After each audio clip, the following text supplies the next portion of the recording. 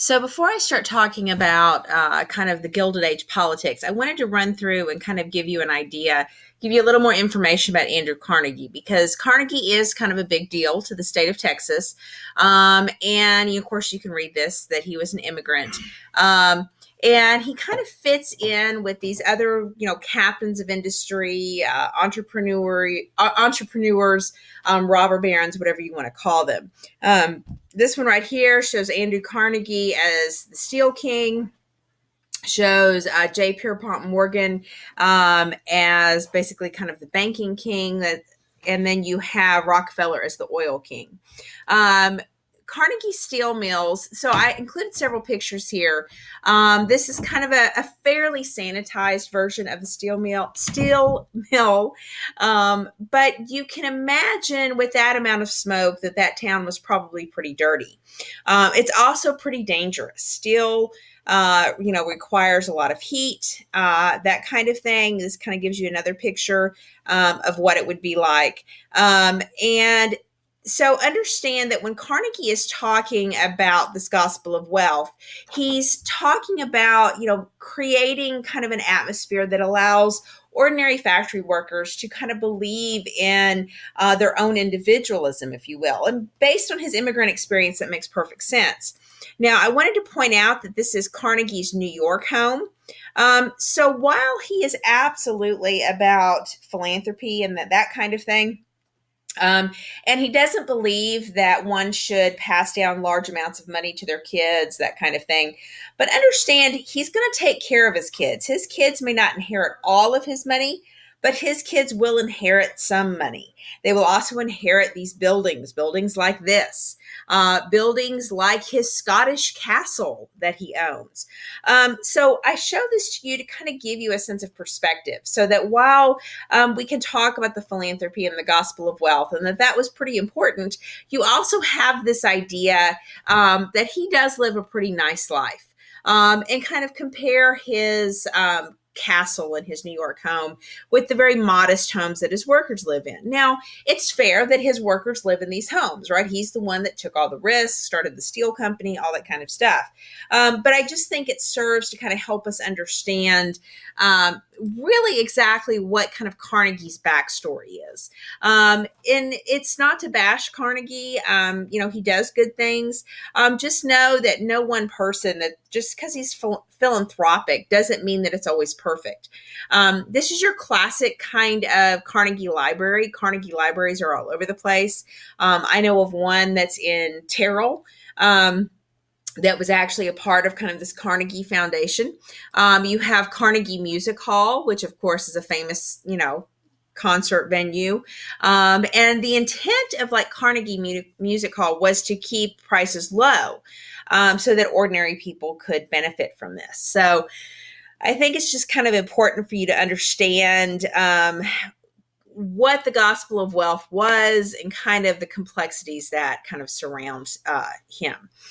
So politics in the Gilded Age. So we've talked about the economics, kind of the extreme wealth, the unionization, the kind of catalogs, the need for consumers, immigration, creating these workers and all this kind of stuff. And I've touched a couple of times on the fact that politicians often had a relationship with these business owners. And so this is where we kind of run into this kind of problematic situation where you have a level of corruption that takes place. Now, understand that this is going to be a little bit different. We've talked about corruption before. I mean, Andrew Jackson, labeled the Federalist Party as being, not Federalist, the Democrat, John Quincy Adams and that group, right? He labeled them as being corrupt, and that, being in the pockets of the big banks and all that kind of stuff. And this is kind of in the same vein. I kind of listed out the presidents of the Gilded Age, really kind of starting with Abraham Lincoln. Um, you can see that the orange is the Republican. The kind of greenish teal color is going to be the Democrats. Notice that the Democrats, they elect Grover Cleveland twice. So does that count as twice? Does that count as once, right? Because it's the same guy. And then you have Woodrow Wilson, who was elected in 1912 and is the president through World War I. So the Gilded Age is dominated by the Republican Party. And yes, this is the same Republican Party, the radical Republicans that emancipated the slaves, that pushed for the 13th, 14th, 15th Amendments, the grasp of war kind of guys, that sort of thing. So understand that they dominate. And remember that the Republican Party was all about Western expansion. It was all about industry and economic growth and that kind of thing, as well as internal improvements. And so that's going to kind of continue, overall. Understand I made a few notes here with each president. And you can basically read that. The Credit Mobilier scandal is the one I got confused on the previous lecture. That happens in early 1870s, kind of taints Grant's administration in a lot of ways. Rutherford B. Hayes, of course, ends Reconstruction.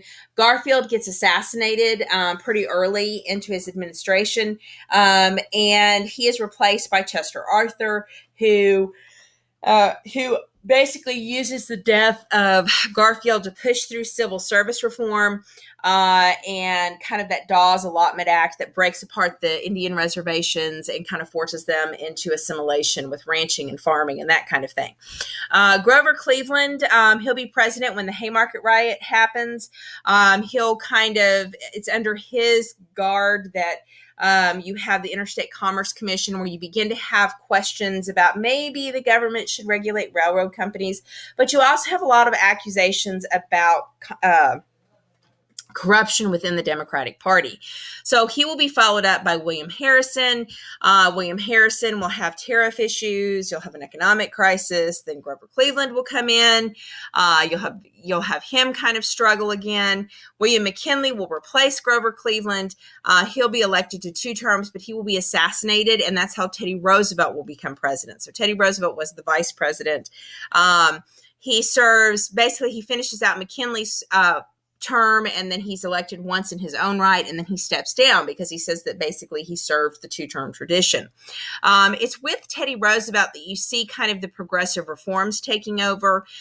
You also see kind of the imperialism that really kind of starts under McKinley, but really kind of continues in earnest with Teddy Roosevelt. Teddy Roosevelt is also a big trust buster. So even though he's a Republican, by the time he comes into power and he's the president of the United States, he's very much aware that trust can kind of skew the free market, if you will. And he becomes very concerned about that. Taft will follow him up. And Woodrow Wilson, of course, will usher in a lot of economic reforms and most notably be the president during World War I. So that kind of gives you kind of a quick overview. So don't forget this particular slide because knowing kind of who some of these guys are, we'll be talking about them for the next several weeks. Understand that corruption and economic issues dominated the political conversation. Industrialization, urbanization had created a great deal of change. Technology was changing quickly. And this accusation that the government was kind of too much connected to big business and the problems that industrialization and the wealth gap and the boom and bust cycles and the panics, that all that stuff was happening. So everyone's starting to talk about this idea of reform. And it actually starts pretty quickly, right? It's going to really start by the time you get to Garfield running for president. So you're talking by the time you get to 1880. A lot of this has to do with this question about patronage. And we've talked about patronage before with Andrew Jackson, where basically you bring along your political friends and you make sure they have jobs, where the political party picks the candidates and they reward people and all this kind of stuff. Remember that in the late 1800s, you don't have a primary election. We're coming up here in March on a primary election season. Primaries are where we, the people, select who we want to be the candidates for the Democratic Party or the Republican Party. that wasn't how it always was. In the late 1800s, basically the parties just picked the candidates, right? And this is where that patronage comes in, right? These political favors, these political jobs, and this is where the notion of scandals come in. That a company, gives somebody a job in exchange for a political favor, and so forth and so on. And so this will begin to create a split within the Republican Party, where the Democrats are calling for reforms in a variety of ways, right? Either anti-factory, anti-banking kind of reforms, or, the pro-states' rights reforms. Republicans, the ones that are kind of fatigued and tired of dealing with civil rights and African American demands and trying to fix the South, they're going to start to turn to what we call reform. The idea that, what we need to do is do away with patronage. We need to clean up politics. We need to get big business out of politics. We need to let people kind of run things themselves, that sort of thing. So this idea about expanding into the cities and expanding into the West, right? And of course, you'll see some of that happening. It doesn't really take off a whole lot until you get to after Rutherford B. Hayes. Rutherford B. Hayes will kind of be one of those in-between Republicans who's clearly fatigued with Reconstruction. And of course, part of the problem was he tried to separate himself from Ulysses S. Grant and the kind of Credit Mobilier scandal and all that kind of stuff. So characteristics of the parties. This is an overview. This is generalization. This is not, there's certainly different specifics. And in some ways, we can kind of see where some of these characteristics hold true today. Republicans were the party of morality.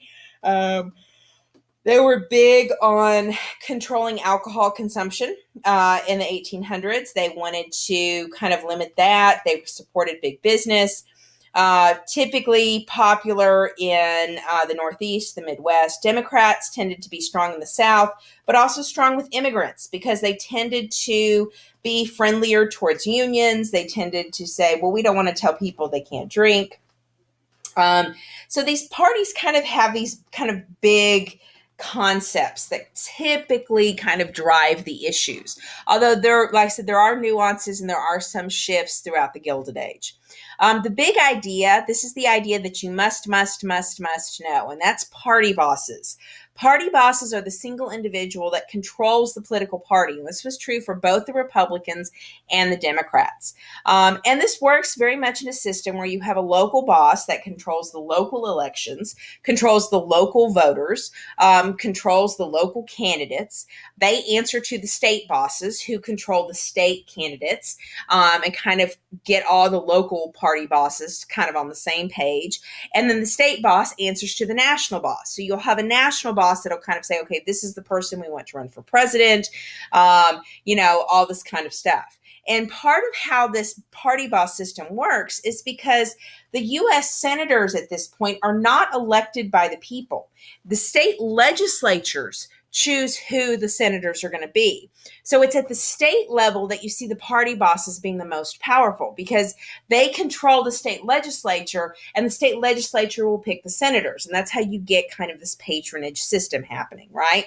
And so all this political money, all this political power is geared through these party bosses. They are the kind of the gatekeepers, if you will, of all the benefits of being connected with politics. So if you're a business, what you're going to want to do is invest money in the political party and in the power of the political boss, and he'll make sure that your interests are represented at the state level and at the national level. And hey, if you want to have your cousin's kid, you want them to have a job, then you can make that request, and that so forth and so on. And the whole idea was that you didn't question the party bosses, right? And one characteristic of the Gilded Age is that the two parties are actually pretty similar. Yes, there's nuances, there's a few differences, but overall, the parties really kind of stagnate. Now, part of it is that the Republican Party dominates as far as national control, but also understand that the Congress is often split differently than the presidency. So while the Republicans might have controlled the presidency, And, the power in Congress might have kind of shifted between Democrats and Republicans. The sum total of the Gilded Age is that the two parties are basically equal. And that's kind of the message of this political cartoon in front of you. This is showing kind of the Republican Party over here, the Democratic Party. You can see this would be after one of the Democratic victories, which this is probably Grover Cleveland, I think. And, what you see is that the Republicans are missing some tail feathers because the Democrats have managed to win. So major reforms of politics. So I mentioned that, so Rutherford B. Hayes comes in, kind of fatigued with Reconstruction. So that moves to the back burner. It's under his administration that you see the big push to the West and all that kind of stuff, and the Transcontinental Railroad, et cetera, et cetera. He's going to be replaced by James Garfield. He's going to usher in he's going to be much more of a reform candidate. He's going to say we really need to tackle patronage. And that's kind of his big campaign promise. And he actually kind of gets assassinated. He actually does get assassinated by a guy who's clearly not mentally well. He's, has this kind of delusion that he was promised a job. And so he assassinates Garfield. And because this man's particular delusion, because this was Garfield's particular platform, what you're going to see happening is that Chester Arthur will push through this civil service reform. And this is known as the Pendleton Act of 1883. Basically kind of guarantees some protections for civil servants, for people that work in the government. So one of the things, if you followed politics lately, you know that the Trump administration has a lot of government jobs they haven't filled. They've had a lot of people quit, and they've shuffled jobs around, right? So they've moved people from a job of their expertise to a job that is not their expertise, basically kind of hoping that they quit, right? And part of why they do that is because thanks to civil service reform, they can't just outright fire people just because they have a different political viewpoint. If a person is capable and has done a good job, you can't just say, oh, hey, I don't want you to work for the EPA anymore. Right? You have to kind of put them in a position where they want to leave, or they have to do something to be forced into leaving. The idea is that you can't just have a clean slate, that you keep some level of expertise at the government level. And so that's what the civil service reform is meant to do. So perfectly fine idea. One of the other reforms, and I mentioned this with Grover Cleveland, and of course, it passes under Grover Cleveland, but the momentum for railroad regulation really begins in the 1880s, right? Part of this has to do with the expansion of the railroads, the fact that you've got small businesses, you've got small industries, you've got small farms that are struggling to ship their product into the cities, right? Because they're not shipping the same large volume that big companies are. And the big companies are getting these rebates, which is basically kind of a kickback, so that even though they're paying a certain rate, they get a kickback so that they make more money. And it's not fair, right? And so interstate railroad regulation, the Interstate Commerce Commission, is about kind of controlling those volume shipping. That you can't have a kickback system. It's perfectly okay to tell businesses, hey, the more you ship with our company, the cheaper your rates, because it's more efficient for us. The more you guarantee you're going to ship things, the more we know your business will be there. So we can give you rates based on that. But you can't have secret agreements with companies that allow them to have a higher profit margin. That's kind of what the idea is. And it's kind of intended, really, and it comes from this recognition that maybe the railroad rebates are kind of interfering with free market, right?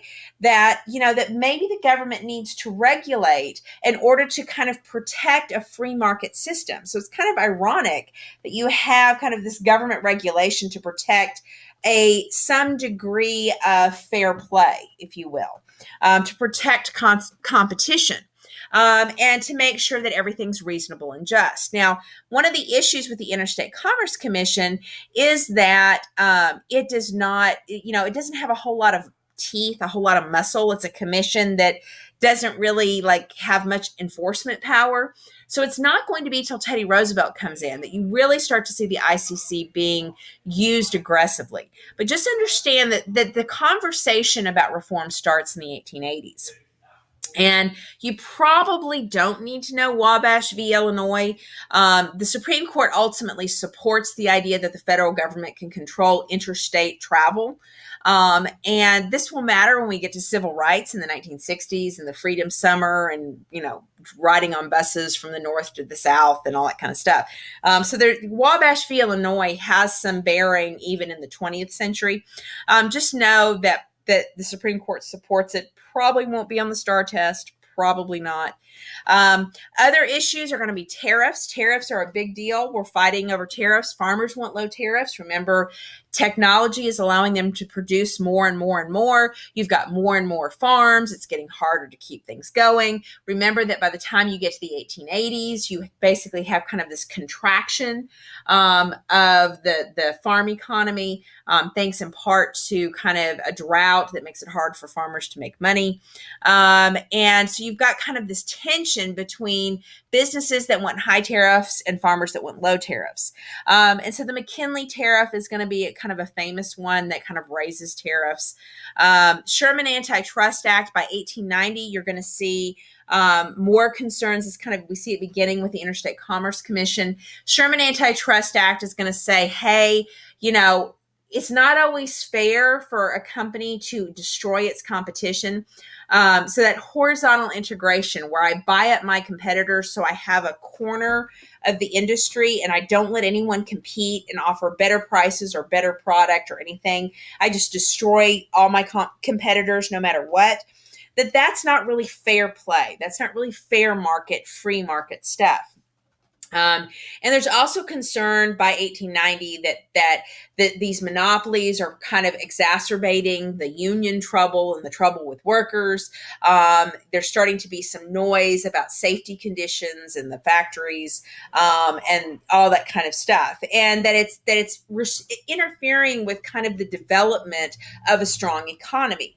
Now, the Sherman Antitrust Act is very important, and there's a high degree of likelihood Sherman Antitrust Act will be on your quiz or will be on the STAR test. So you need to recognize that it's about breaking apart these trusts, these monopolies that develop in the Gilded Age to prevent horizontal integration, create fair market, fair competition, benefit consumers, benefit workers. Now, the issue is when it's created in 1890, like the ICC, it's kind of not really enforced, right? It's kind of weak.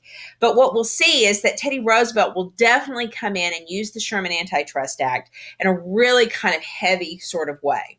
And so a lot of Americans are frustrated with kind of the low wages, the wage gap. Farmers are frustrated with why they're in debt. And by the time you get to 1890, 1895, there's a lot of questions about why you have a small group of really, really rich dudes and a large, large group of people that are struggling and impoverished or struggling and barely hanging on. Now, understand the growing economy does lend itself to a growing middle class. Okay, so there is a growing middle class, but the problem with that is the middle class interacts with the working class and they see the poverty, they see the dirty cities, they see the lack of sanitation. And the middle class is very concerned about this, okay? And so they want kind of to improve the government. They look at, kind of what they see as patronage. They look at corruption. They look at monopolies. They look at railroad rebates. And they say, we need to fix that. The government should come in and kind of mediate this situation, okay? So you're going to start to see by the time you get to the 1890s, calls for reform, calls for what we call progressivism. Now, this begins in the 1890s, really takes over in the 1900s once Teddy Roosevelt comes in. But these are all very kind of reform-minded kind of ideas. Now, remember, a lot of this has to do with how can the government protect and shield individualism and individual effort. We want that kind of individual success. We want to foster that and encourage people to have a fair playing field. In other words, it's not that we want to give people a special advantage. We just want to make sure that the playing field is fair and equal for all members of society. And so the middle class is going to drive a lot of this reform. Women are going to drive a lot of this reform. Your wealthier individuals, to some extent, depending on who you're talking about, men like Andrew Carnegie, a lot of well-to-do women will get involved in this kind of activity, and begin to try to put pressure on politicians to change things. Of course, workers are struggling. And of course, what they end up doing for the workers, they end up relying a lot on the party bosses. So one of the ironies about the party bosses is this relationship of the party boss within a kind of an urban environment.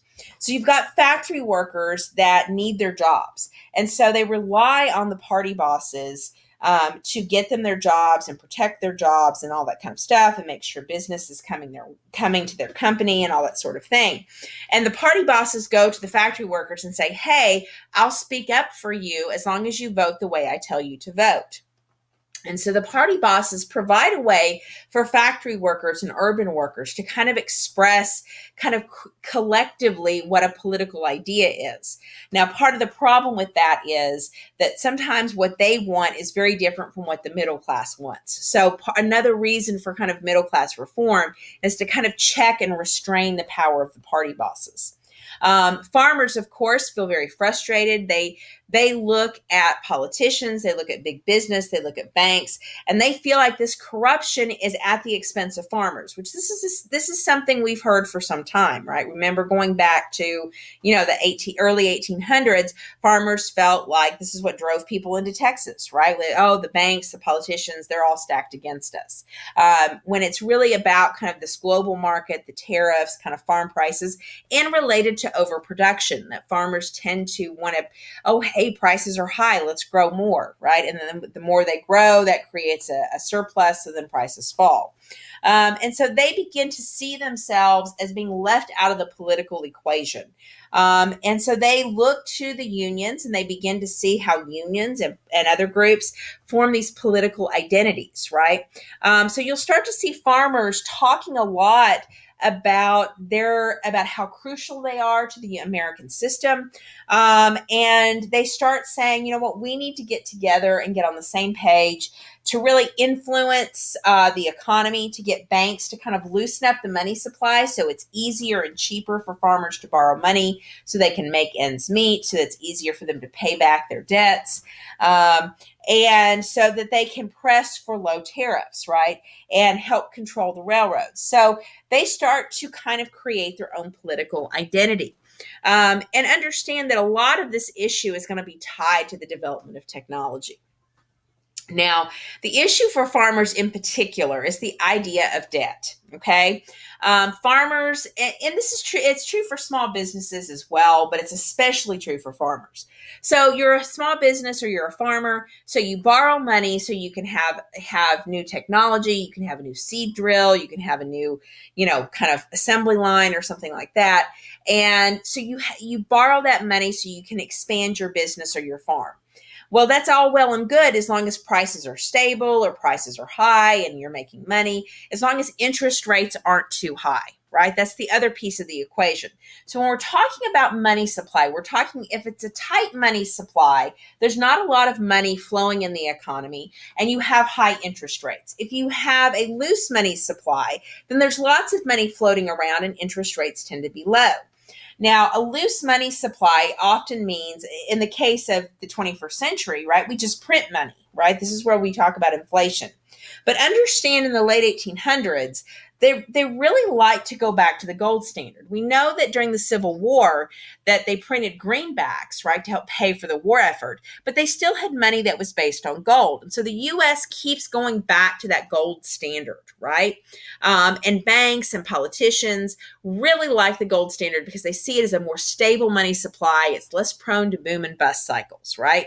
But because farmers and business expansion needs easy credit, silver money, paper money at times would be used, but that silver money and paper money tends to make banks nervous because it fluctuates more, and so hence the boom and bust cycles, right?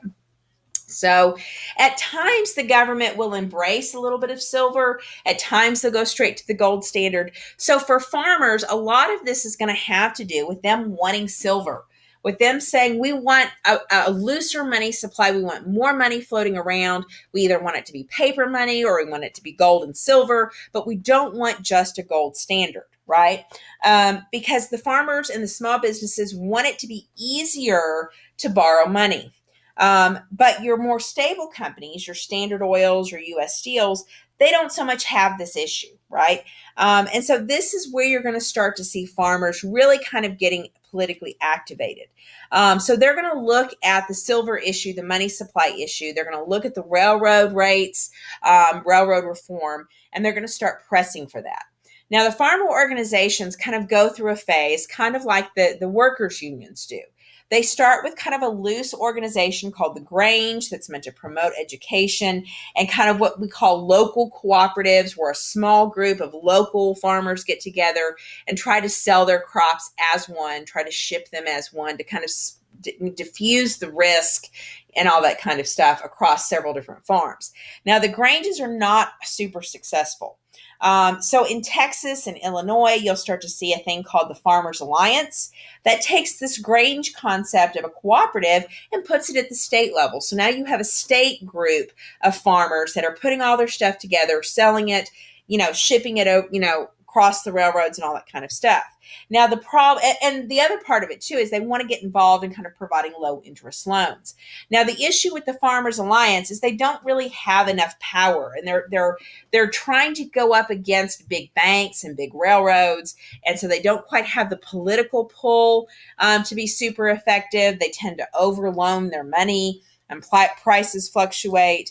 And they face a lot of pressure from politicians and banks and railroads as kind of restricting competition, that because they're acting as a cooperative, they're interfering with the free market system. So when the Farmers Alliance kind of realizes that they're struggling to make a difference, they will then create the People's Party. And this will be known as the Populists. This is big P populists. Yes, it sounds a little bit like Alexis de Tocqueville's populism. Similar in concept, but it's a little bit different. So the populists, the big P populists, are the People's Party. This is the farmers group. And the farmers group will try to broaden its appeal to include industrial workers, right? And they will actually have several state candidates. They'll try to float a presidential candidate, and they'll have several different reforms that they list out. One of them is the idea of a sub-treasury. Basically, that the government would buy up surplus crops and the government would hold on to crops and release them, that the government could somehow, by buying up surpluses, they could control and level out the prices. That is essentially what we see today when the government has farm subsidies, right? And so this is the sub-treasury plan, gets floated in the 1890s. They talk a lot about the free coinage of silver to loosen up the money supply. They want lots of railroad regulation. They also talk about direct election of senators because they believe that one of the problems with government is that the party bosses and these bosses that have this tight control and this tight relationship with these big businesses, that they're interfering with kind of the accountability of the senators to the people. They also want to get rid of tariffs and institute an income tax. In other words, you're taxed based on your income. We don't rely on tariffs as the sole means for the government to raise money. They also push for an 8-hour workday. Because remember, they're trying to appeal to industrial workers. And they also try to appeal to progressives by talking about government regulation of food and of cities and that kind of stuff. So the Populist Party is one of the first true third parties. And as a third party, they will be very influential as far as state elections. They'll also kind of skew a little bit of the national elections. Every time you have a third party, that third party is going to kind of siphon off some votes from one of the other two parties. We certainly saw that in 2016 where Gary Johnson and Jill Stein pulled votes away. So you kind of have that scenario happening with the populists. Now, here's the issue with the populists. They appeal because they're kind of based in the Midwest. They're not as racist as Southern Democrats. So Southern Democrats get very nervous at this kind of broad populist appeal and are concerned that it's going to appeal to African Americans, that it's going to appeal to immigrants, that it's going to appeal to farmers. And so they get a little bit nervous. They're a little bit nervous about poor tenant farmers having political power thanks to the populists. So they're going to basically kind of encourage disenfranchisement. So you could really look at the rise of the Populist Party and the reaction of the Southern Democrats. This fear that poor whites are going to be attracted to the populist message and abandon the Southern Democrats, who, are still kind of putting the same well-to-do landowners in power, right? So that same kind of plantation system, that same kind of aristocracy is maintaining its control because it controls the poor white vote and intimidates the black vote. And the Populist Party threatens that. So this is where you're going to start to see poll taxes and that kind of thing, intimidation. The KKK will get active at times to kind of interfere with populist power in the South. Workers are going to be a little bit nervous about the populists. Are they really serious about the worker concerns? And the Panic of 1893 will really kind of make workers pretty desperate for any job they can find. This is all compounded by the fact that the Klondike Gold Rush, when they discover gold in Alaska, is going to loosen up the money supply. So suddenly the silver issue doesn't seem like such a big deal because there's plenty of gold going into the economy. And so because the populists are not truly able to make a broad appeal, what we'll see happening is that William Jennings Bryan will kind of come along. And William Jennings Bryan is a Democrat who has elements of the populist message. He talks about the silver issue. He talks about tariff reform. He talks about, kind of maybe 8-hour workdays and that kind of stuff. So you see William Jennings Bryan taking a few of these populist ideas, putting it into the Democratic platform. Except that, for all the reasons I just listed, McKinley and the Republicans will feel like a safer bet, especially thanks to, things like, the after effects of the Panic of 1893 and that kind of thing that had the Democrats left in charge. So you have progress and reform during this period, the Sherman Silver Purchase Act, tariffs becoming an issue, the Interstate Commerce Commission, Democrats kind of playing with the populists, that kind of thing. William Jennings Bryan, you want to be sure you remember his name as this Democrat candidate who's also kind of a populist a little bit. Eventually, the reforms of the populists will take over. A lot of the progressives, that's why we end up with the income tax. We currently have a direct election of senators, things like a secret ballot where nobody knows who you vote for, and the primary election. Okay, so be sure you recognize these names. And that's kind of a quick overview of the politics of the period. So I'll kind of make sure in class that you don't have any questions. And I know I went through this very quickly, but just kind of focus on the big ideas, right? The STAR test is not going to ask you for all the nuances of the Gilded Age. So just kind of think about the big stuff there. And that's it. And we'll be talking about reform and social classes next.